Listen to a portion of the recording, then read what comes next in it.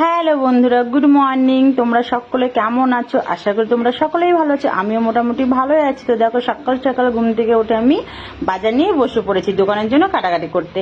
আর আজকে তোমাদের সাথে আমি একটু মিনি ব্লগ শেয়ার করবো। মিনি ব্লগটা মানে অ্যাকচুয়ালি এরকমটা বানাবো, মানে কাটাকুটি থেকে রান্না বান্না সবটা তোমার সঙ্গে একটু একটু করে আমি শেয়ার করবো। তো তোমরা বন্ধুরা সবাই কিন্তু আমার ভিডিওটি প্রথম থেকে শেষ অবধি দেখবে খুবই ভালো লাগবে। আর এরকম ভিডিও আমি ফার্স্ট টাইমে ছাড়ছি। তো দেখো, আমি এদিকে বাঁধাকপি কোচাতে বসে পড়েছি। আর মানে ঠ্যাংটা ছড়িয়ে বসেছি, যেহেতু মানে পায়ে খুব ব্যথা করে, মানে হাঁটু ঘিরেও বসতে পারে। তোমরা তো ভাবতেই পারো সুস্মিতা দি এমন করে কেন বসেছে। তো আমি এইভাবে বসেই সবজিগুলো বোনাই। যেহেতু একটা দুটো সবজি না, অনেক সবজি বানাতে হয়। তোমরা তো জানো হোটেলে কত রকমের সবজি রান্না হয়, লেবু লঙ্কা পেঁয়াজ সমস্তটাই আমাকে কাটাকুটি করতে হয়। ওই জন্য আমি নিজের মতো করে কাটাকুটি করি। তো দেখো বন্ধুরা, আমি দেখুন বাঁধাকপি কাটছি। তোমাদের সুমনদাও ঘুম থেকে উঠে পড়েছি, ও ওদিকেও কাজে লেগে পড়েছে। ছেলেও ঘুম থেকে উঠে পড়েছে, যে যার মতো কাজ করছে। মানে আমার ছেলে খেলা করছে।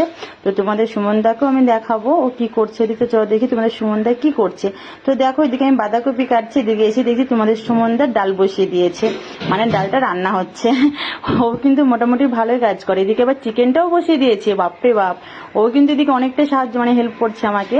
আর এই দেখো, এখন তোমাদের সুমনদার জলের ড্রাম বয়ে নিয়ে আসছে সবজিতে দেওয়ার জন্য। মানে রান্নার কাছে একটা না রাখলেই নয়, বারবার আমার আনতে খুব অসুবিধা হয়, তো ওই জন্য একটা কাছে নিয়ে এসে রেখে দেয়। তো চলো বন্ধুরা, এবার আমি একটু